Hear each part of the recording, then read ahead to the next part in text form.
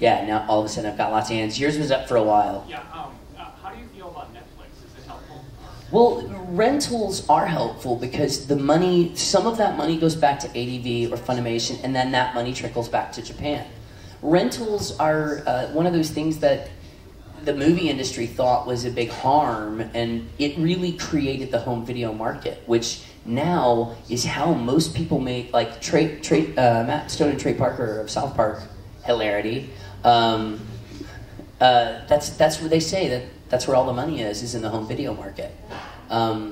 So rentals created that market, and I think Netflix and there's one that's just anime. What is it called?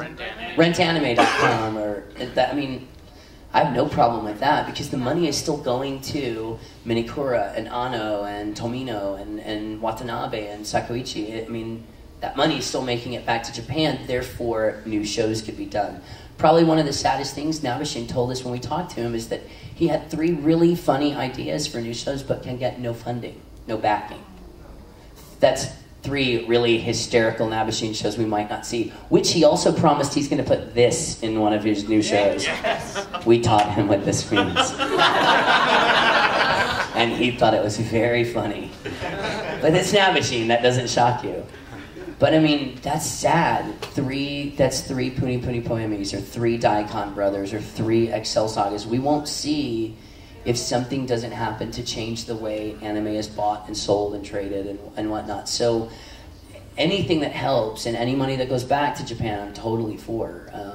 And that's one of the greatest ways to watch anime, the taste test theory. I like to try before I buy. Well, then rent it, an episode of it and see it. And if Cromartie High is not your thing, then, may I suggest Hamtaro?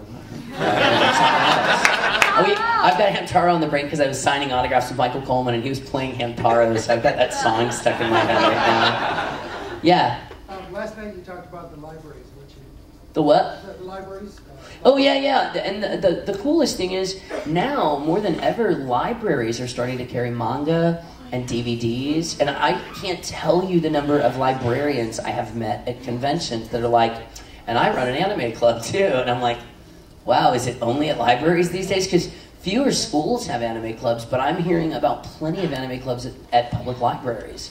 So that's, again, and a reason to go back to the library. I know so many adults that I don't have a library card.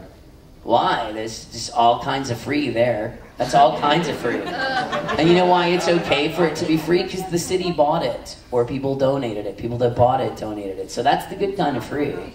Yeah. I work at Michael's craft store, and now they're starting to promote manga as dark. That's really cool. That's very cool.